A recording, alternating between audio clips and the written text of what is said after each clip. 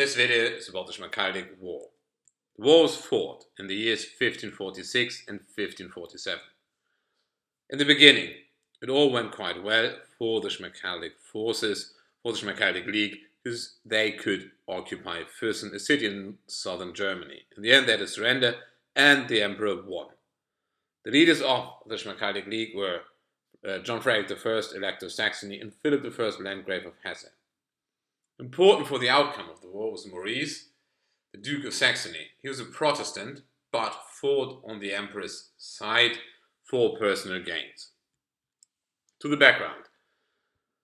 The Reformation of Martin Luther at the beginning of the 16th century spread widely across the Holy Roman Empire, and the newly formed or newly Protestant territories grew in economic and political strength. That meant that the influence of the emperor was weakened, the influence decreased. So there's definitely a political conflict. But furthermore, there was not only political conflict, because the emperor considered the Protestants as heretics, there was also a religious conflict.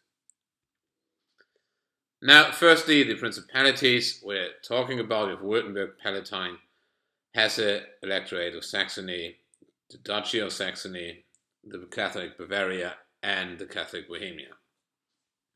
The first four were the main territories in the Schmalkaldic League, which was founded in 1531. It was a defensive alliance of Protestant principalities.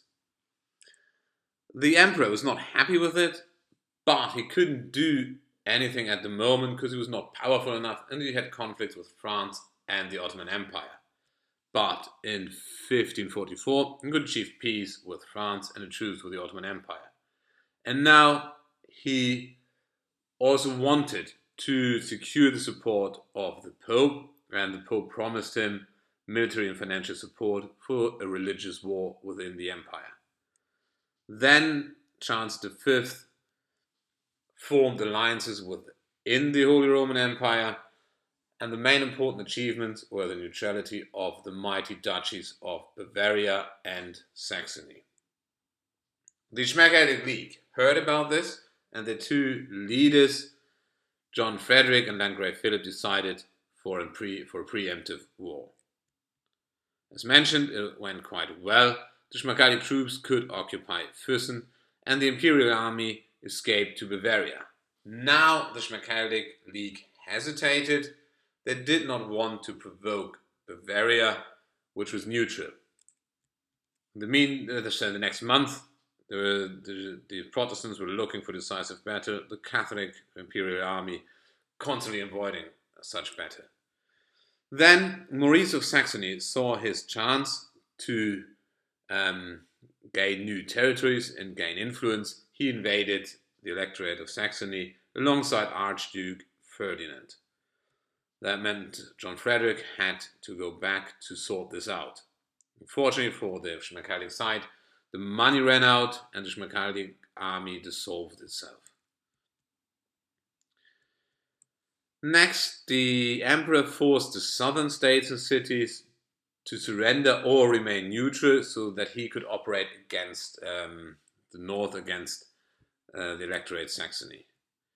But firstly, the Saxon troops were quite successful. They could push the Catholics out, but then they lost the Battle of Mühlberg, and John Frederick was taken prisoner. As we mentioned, he had to sign the capitulation of Wittenberg, and then it has to be mentioned that the emperor broke his word. He also imprisoned Landgrave Philip, and both John Frederick and Philip were only released 5 years later. Main result is this was the end of the Schmalkaldic League, and the Ernestine line lost territories and the electoral dignity all went to Maurice and the Albertine line in Saxony. It was the peak of the emperor's might, but also was the basis for the princes' revolt. The princes in the empire were not happy with the emperor being so strong. The empire saw during this war quite a few ravages, and this gave a foretaste of the devastations to come during the 30 Years' War in the next century. That was the Schmalkaldic War in 5.